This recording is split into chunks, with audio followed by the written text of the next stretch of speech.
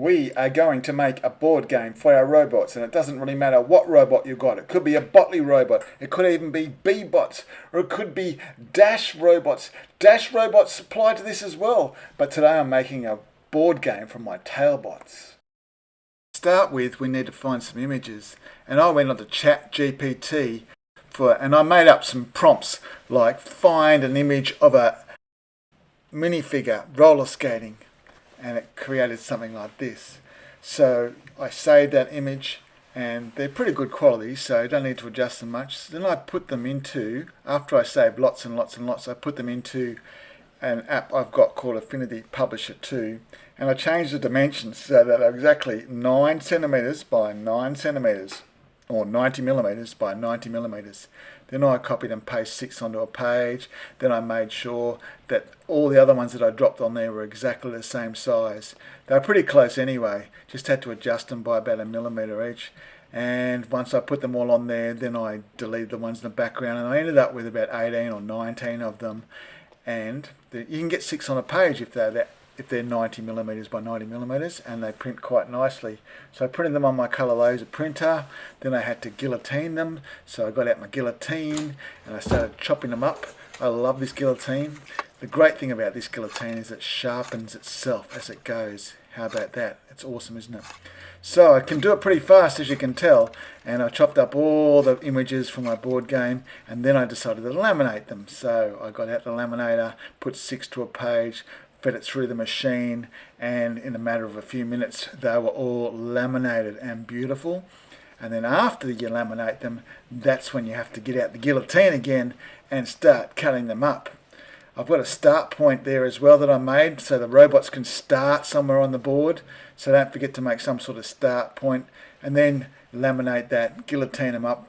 And I ended up with 19 images plus a start point, because originally I thought I was going to make a board game that was 4 squares by 5 squares, but I realised that was a bit small. So I had this big board that I already had lying around, so I divided that up into 10 centimetre lots, and it fit nicely 6 squares by 9 squares, and I just used my massive spirit level to help me draw straight lines 10 centimetres apart.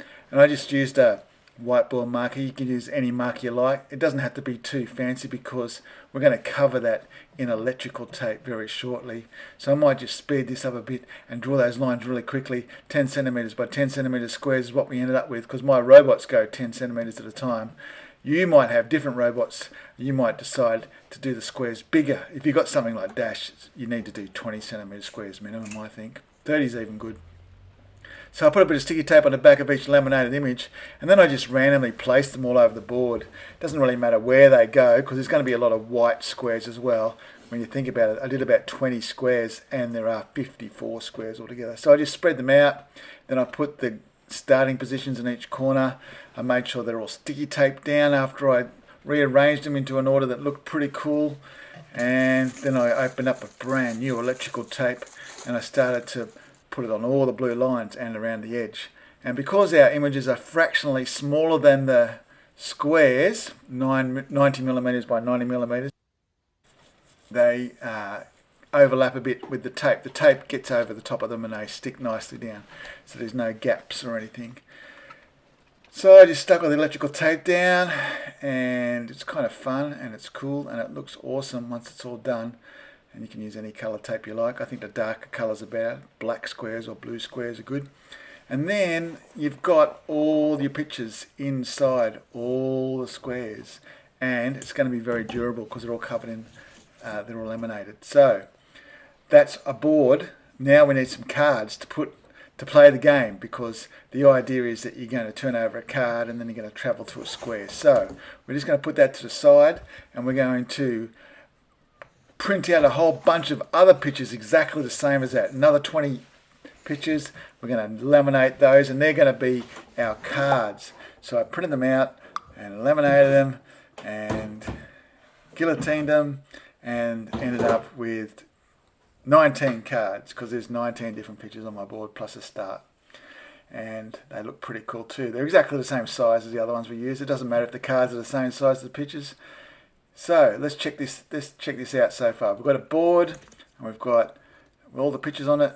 19 or so, plus a couple of starting points, and then I put the tail bot on top.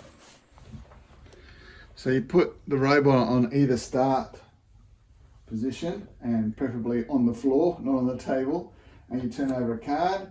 So this guy's the painter, and then the kid has to find where the painter is. Here he is up here. So I'm just going to go forward 1, 2, 3, 4, 5 squares. 1, 2, 3, 4, 5. Then I'm going to turn right, but when I turn it only stays on the spot, so I have to go forward again another one. And with the tail bot you can even do a little dance when you get there. So he's going to go forward, and then when he gets to the end he's going to turn right and then go forward again. The thing about tail bots is kids have got to remember to go forward at the end. Yeah. Now it's doing a little dance. Hope it doesn't fall off.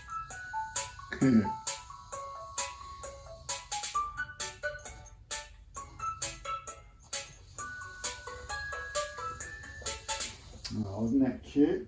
So now you collect that card and you put it maybe in a little pile that you've made somewhere or under the board here. Then you turn over a new card. And I've got the shot at the beach, which is just here, which is a nice easy one. So I'm going to delete all those lights that are up the top. I'm going to go forward just 2 squares, and this time I'm not going to do a dance. This time I might say something like, "Oh, so you're at the beach." Press play, and it should do what I said. Oh, so you're at the beach. Pretty cool. So you collect that card, and then you turn over another one, and you just try and collect as many cards as you can. And if you don't quite make it, like if you're going for the bicycle one, which is nice and close again, and maybe you drop short, then you have to code it from there and try and get to the right one from where you are. So you always go from wherever you land. And if you go off the board, then if you went off the board, you always put it back on the closest square. Okay, and if it's the right square, you can collect the card. If there's 2 people playing with a robot on each, perhaps you could split the cards in half and give half to one person, half the other person, and they don't have to wait for the other one to go. They just have to try and get theirs as quick as they can. My board here has 19 pictures, but in reflection, I reckon it might be good to have 20 so that you've got an even number. Anyway, that's how you play with it, with the tail bot. But you could use a similar board. I've got similar boards for my dash that I've made, which goes 20 centimeters. The robots go 20 centimeters at a time, or even 30 centimeters at a time. So you can make them according to whatever robots you got. If they are B-bots, you want to make 15 centimeter squares.